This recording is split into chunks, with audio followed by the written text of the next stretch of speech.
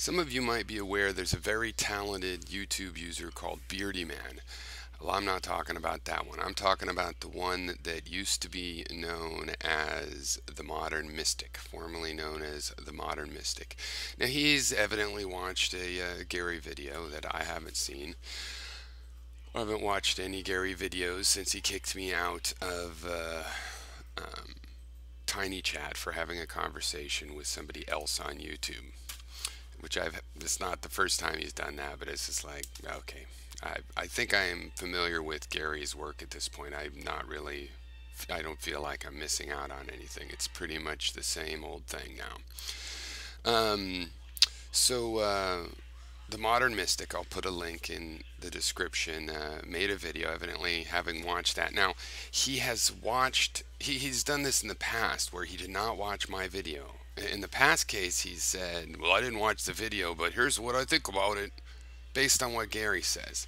Now, he's also trashed Thou Art That, just incredibly rudely and condescendingly, and from absolutely no position of authority or special knowledge. I mean, how'd that economic predicting go, Nick?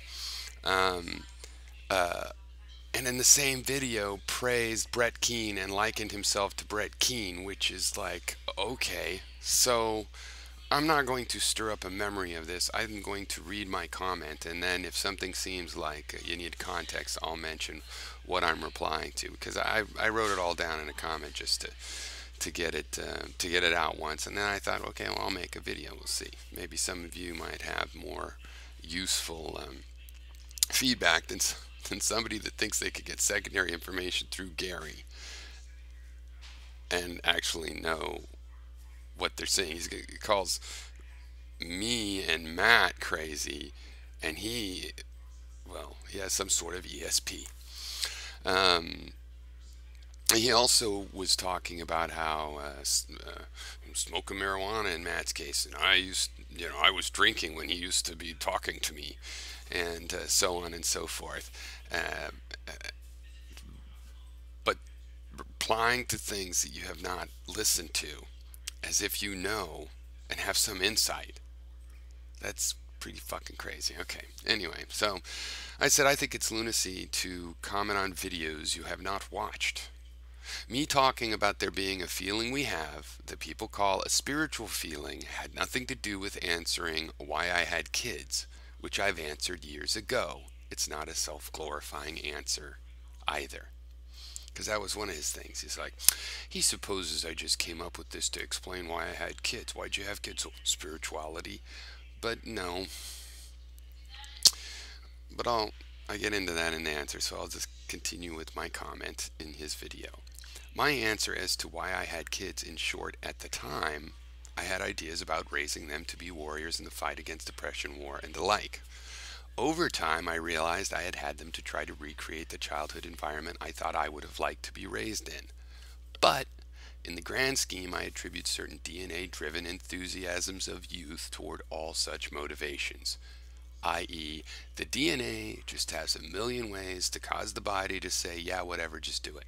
It's like explaining why you find the opposite sex attractive if you do, or why you don't if you don't.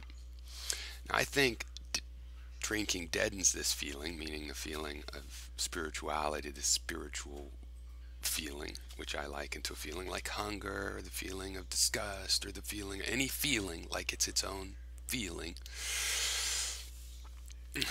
I'm not saying it has the characteristics of hunger. I'm saying like hunger's a feeling, disgust is a feeling, sense of beauty is a feeling. These are feelings that we can have that are separate in the same way that sound is separate from vision. Okay, sonic space separate from visual space. So I think drinking deadens this feeling like it does most feelings, because he was speculating that because I drink, that's probably what it was about. It's probably being drunk is the feeling. And he admits to formerly having been such an alcoholic he was going to die or had to quit. And anyway, he said, you'll be happy to know. No, sorry, I said, you'll be happy to know that I have cut down drinking considerably, not that it's any of your business. I hope sobriety gives me ESP like it evidently has given you, and I can give insight into messages I've never heard. I suggest you probably would have the same thing to say if I talked about the feeling of love. You don't really believe feelings exist, do you? Because he doesn't. He doesn't. It's just a thinky thing. Anyway, will go watch that old bullshit from years back if you wonder. Somebody can give you a link to some of that bullshit. If I said, let's try to find out what love is by looking at the experiences going on when we feel love, when we have this feeling we call love, would that be me trying to argue about antinatalism too? Would it? Would you deny? Yeah, because there's no feeling of love. It's just a thinking. He bugs me because he has a very passive aggressive, you know, mean streak. I prefer aggressive. I find that much more tolerable. I have only proposed there is a feeling, just like we have feelings of hunger, pain, disgust, feelings of sexual lust, and the rest.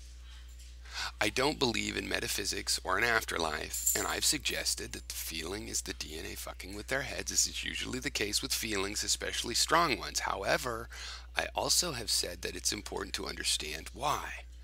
To understand why it serves evolutionary purposes of some sort, in the same way we understand sexual lust drives procreation, pain drives avoidance of danger, hunger drives obtaining nutrition.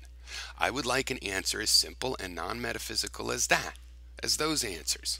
I don't believe just burying or ignoring feelings is healthy psychologically. Do you bury your feelings or do you just not have them? Again, I have not discussed nor tried to discuss this with Gary. It has not been offered as a reason why I had kids, at least not directly, because it occurred to me, well, the fact that I think the world can be made a better place and that I want to do that and can visualize that happening, that might be related to this feeling. But anyway, at least not directly, and it came up in a discussion with other people interested in the topic of spirituality. I suggested this is a tangible, non-metaphysical way to explore why it's a phenomena that has survived in the human animal. Do you imagine being sober gives you ESP? You certainly seem to think you can know what is being said in messages you didn't listen to. Was that by ESP? Or are you one with everything and don't need ESP? How does that work? It seems crazy to me. It does not seem mentally stable to think you can know what I've said without listening to what I said. I notice you think you can know things directly through very secondary knowledge. Perhaps you are addicted to speculation and don't want to check things. Perhaps you don't need much to feed your ego, so why bother gathering much? I have not seen Gary's videos on the subject. The only discussion we had on it is that he kicked me from his Tiny Chat live room for having a conversation with someone else on YouTube about it. And I've had enough of that kind of behavior. Now, I think you should just sit in your plastic hut, hide from the rain, pretend to have opinions on things you haven't listened to, in between making videos praising Brett Keane and videos explaining the economy from the point of view of a shut-in paranoid gardener for whom nothing matters. It's just the thinky doing thinking. I'm a software engineer. My mental faculties and facilities are fine, as they were when I drank more. I employ logic daily, which if I fail shows up quickly in code. It is vetted on a daily basis. Perhaps growing vegetables has turned your mind into a vegetable. Perhaps you have to think getting sober somehow makes you a very smart vegetable. Or perhaps fruit.